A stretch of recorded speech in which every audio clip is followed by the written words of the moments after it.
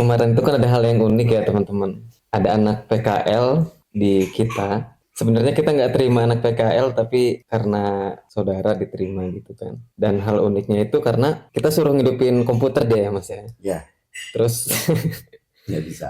terus dihidupin lah komputernya sama dia CPU-nya. Kita nggak merhatiin, kita biarin aja. Setelah beberapa saat kita tanya, dia jawab komputernya nggak hidup-hidup kak. Terus kita cek ternyata komputernya dihidupin CPU-nya, tapi monitornya ternyata nggak dihidupin. Ya mau sampai malam juga nggak bakal hidup. Terus dari situ kita kepikiran, wah kayaknya emang beberapa kali ada anak PKL ke sini pada nggak bisa ngapa-ngapain gitu kan. Terus kita kepikiran untuk bikin kelas. Kira-kira gimana mas kalau kita bikin kelas yang untuk anak-anak yang nggak anak sekolah aja sih, siapa aja yang mungkin mau belajar. Ya, kalau gue sih oke aja sih. Kalau memang mau bikin kelas buat anak-anak itu. Paling nggak kan nanti untuk peremajaan juga bisa. Terus apa yang mengedukasi anak-anak itulah. Karena kan setahu aku juga di sekolah banyak materi doang Iya, daripada prakteknya. prakteknya. Iya. Karena beberapa kali anak PKL ke sini, yaitu tadi kasus kecil aja. Suruh ngidupin alat, ya dihidupin. Udah gini doang kan. Tapi dia nggak merhatiin PC itu hidup atau enggak. Yang penting ngidupin alat. Terus kemarin juga kita udah ngobrolin sama si partner kita si Roji itu, dia juga setuju. Terus kalau kita bikin kelas, kira-kira anak-anak di Natar ini ada nggak yang mau belajar bareng kita? Nggak tahu nih. Sebenarnya kalau mereka niat mau belajar tuh banyak sih, Jay.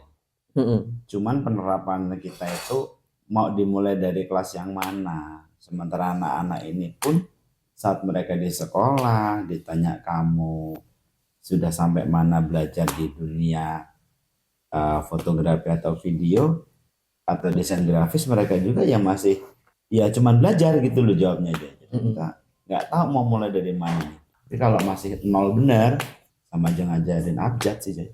Versi gua tapi. Kemarin aku tuh udah sempat ngobrol sama si Roji itu. Kita ngomong gimana nih kalau kita bikin kelas pertama yang langsung banget belajar di dunia kerja. Karena sebenarnya yang dibutuhin anak-anak sekarang kan spesifik ilmu ya mas ya. Iya. Ilmu pengetahuan yang spesifik ke kerjaannya langsung.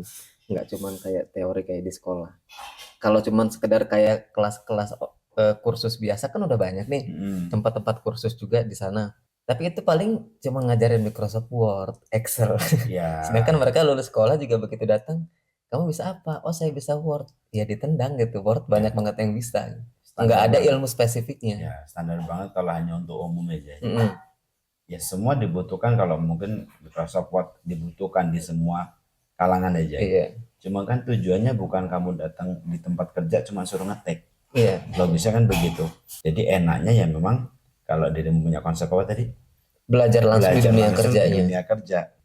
Paling enggak apa ya, anak-anak ini satu dapat mentor, kedua bisa terjun dan dapat hasil. Kalau emang mereka mau banget gitu loh di dunia kayak kita kerja ini. Nah, pasti kan kalau misalnya cuman kelas-kelas, pikirku kalau cuman belajar ngetik atau belajar ngedit biasa di rumah bisa gitu kan. Tapi keuntungan yang bisa kita kasih sama mereka juga mungkin relasi sih. Iya. Dengan mereka kayak mungkin belajar bareng kita, pastinya langsung gabung sama tim-tim profesional, bukan profesional maksudnya elit banget ya, tapi maksudnya ada di dunia kerjanya langsung. Misalnya dia orang belajar kelas motret nih atau kelas editing, mungkin kita ajarin seminggu 2 minggu, bisa dikit langsung kita ajak main project gitu. Nah itu menurut gua kayak berguna banget karena ngasih mereka pengalaman langsung di dunia kerja ini seperti apa sih gitu. Ya tujuan itu kalau pengen lo maunya seperti itu aja, gua mau banget. Nah tinggal sekarang kayak mana kita ngukur bocah ini nih, kemampuannya anak-anak ini akan dimulai dari mana. Satu contoh, anak ini tangan aja, udah ngerti bukaan belum, tremor enggak, ngerti warna enggak. Nah ini dasar awal yang mau kita belajarin ke mereka yang mana dulu menurutmu? Kayaknya sih kita nggak mungkin ngebuka kelasnya langsung semuanya.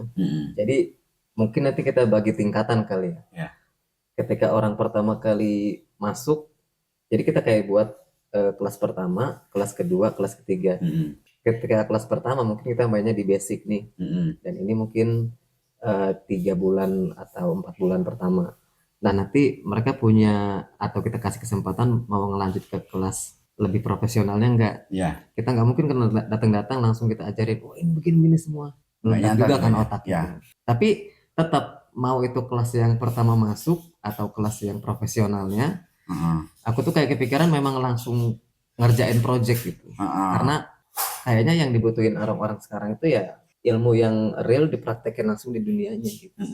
Kalau cuma sekedar kayak belajar ngetik atau belajar ngedit, belajar apapun, kayaknya semua sekolah udah banyak yang ngasih gitu kan. Tapi akses buat belajar langsung di dunia kerja bareng mentor-mentor yang udah kerja langsung di lapangan itu yang nggak ada. Memang rata-rata kebanyakan agak membatasi sih. Mungkin karena berpikir kerjaan kayak kita tuh dilihat kerjaan enak. Mungkin tapi padahal ya hanya pandangan orang dan asumsi orang itu pasti akan beda dengan realita yang kita jalani. Pulang capek, ngantuk iya, nguber gambar iya, nguber BTS mungkin iya, unggahan iya. Kalau mau dibagi ke kelas, mau basic dulu 3 tingkatan, basic terus ya profesional lah yang kedua ketiganya ke kelas tingkat lanjutan nih. Ke tingkat lanjutannya. Kita mikir kalau kita buka ada nggak nih? Ya. Terus ketika ada yang mau, gimana cara ngasih tahu ke orang-orang? Kalau mereka bilang, kalau dirimu bilang mereka ada yang mau enggak, versi gue banyak yang mau aja. Kenapa? Satu sekolah itu pasti ada anak-anak yang nantinya saat PKL dititip-titipkan. Atau dititipkan ke tempat yang apa ya, ke dunia kita ini ya. Kan dari mulai nih, ini udah mulai. Kalau mereka nggak mau atau nggak antusias, nggak mungkin mereka ngambil kursus di luar atau pelajaran yang materinya ada di sekolah itu. Mungkin nantinya kalau memang cara kita ngenalin ke mereka apa yang mau kita tujuin, mungkin kita ke sekolah. Cara ngasih tahunya itu. Iya, kita bisa datang ke sekolahan, ya izin sama kepala sekolah. Nah terus tentang benefit yang pengen aku pikirin kasih tadi itu ya, tentang ngasih mereka akses langsung ke dunia kerja. Jadi misalnya kelas editing atau kelas motret, kelas video gitu. Aku pengen bukan kayak cuman sekedar di orang belajar ngedit Premiere, DaVinci atau apapun gitu kan. Tapi mainnya cuman download video mentahan di YouTube diedit. Aku tuh pengen kayak ngasih akses mereka belajar langsung kayak di dunia kerjanya. Jadi langsung aja.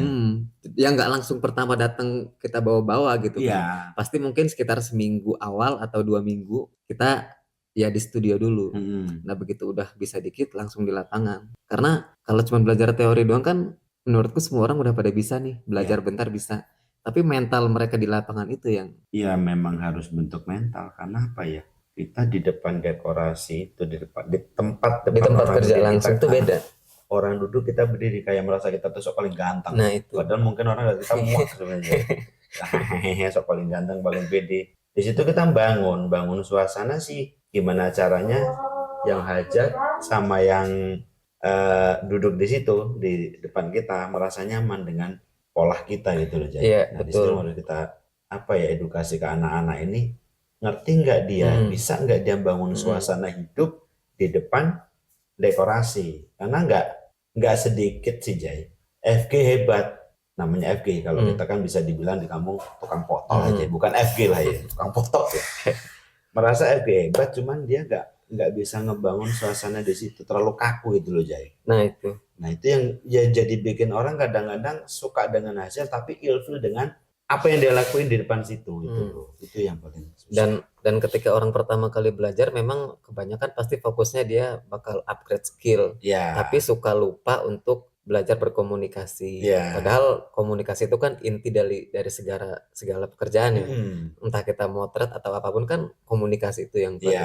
Dan biasanya ya itu ketika orang awal-awal pasti mikirnya gua harus bagus potretan bagus. Tapi di lokasi attitude-nya misal jelek atau dia buru-buru kerasa-kerusu, disimak orang. Nah itu yang kita kasih ke mereka Mas. Jadi pengalaman kerja langsung di dunia kerja gitu. Bukan cuman kayak belajar pakai project-project mainan, tapi langsung ngerjain gitu.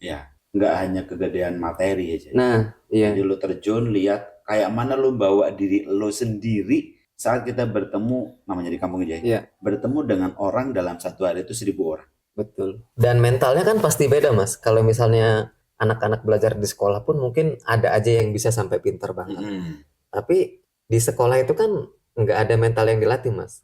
Situasi aman, Ya. kondusif, terus di dalam studio atau kayak gimana pun kan ada lighting segala macam. Sementara di lokasi kerja yang nyata, entah kita berbicara di acara di tenda atau di gedung, Ya. itu udah kadang kita diburu-buru. Nah, itu kan mental yang harus dilatih tuh. Terus kadang ada orang-orang yang rese, gimana caranya kita ngondisiin suasana. Misalnya ketemu, kalau kita cuma motret model nih, model udah pasti kan enak difotoin. Ya. Tapi gimana nih tentang ngelatih pengalaman ketemu pengantin yang misal nggak bisa digayain, Ya. pemalu dan lain-lain. Itu kan harus banget Kita dekat dekat ngasih wawasan ke pengantin dan buat pengantin itu nyaman. Nah, kayak itu. mana kita ngomong dia nyambung, kita ngenggel dia nggak kaku. Ya itu memang PR banget ya, apalagi karena pengantin kan bukan model. Kalau ya, kebanyakan orang latihan motret panggil model, menurut gue itu kayak salah, Mas. ya, Karena model itu udah pasti cewek, dan cewek itu kulitnya bagus. Sementara di lapangan itu lighting kadang seadanya, bocor sana sini, belum juga diburu-buru. warna apapun masuk. Iya. Kadang-kadang tegangan listrik untuk lighting juga nggak stabil. Apa ya, Jay? Yang ada juga kalau kita nggak buat nyaman buat si pengantin, segalanya ya, Jay. Mungkin dari attitude kita, cara kita ngenggel, apalagi dengan aksesoris sekarang yang rupanya banyak nggak genah-genah seperti itulah, karena terlalu udah modern zamannya ya. Iya. Itu juga bikin sesuatu yang nyaman itu memang sulit, Jay. Nah, makanya kalau anak-anak ini cepat dibawa ke dunia kerja langsung, ya mudah-mudahan mereka nggak loading nggak lama gitu loh, ngerti tentang hal itu. Oke. Jadi gimana teman-teman Natar nih? Kalau kita buka kelas kira-kira teman-teman di Natar ada yang mau belajar sama kita nggak? Kayaknya di orang ngeliat kita aja udah nggak meyakinkan nih. Apa nih yang mau dipelajari dari orang-orang kayak gini? Orang-orang kayak kita nih yang jelas pasti kita bukan FI. Kita ini yang sekedar tukang foto ya. Coba teman-teman komen di bawah kalau kita buka kelas ada nggak nih yang mau belajar sama kita nih? Oke. Belajar bareng pokoknya.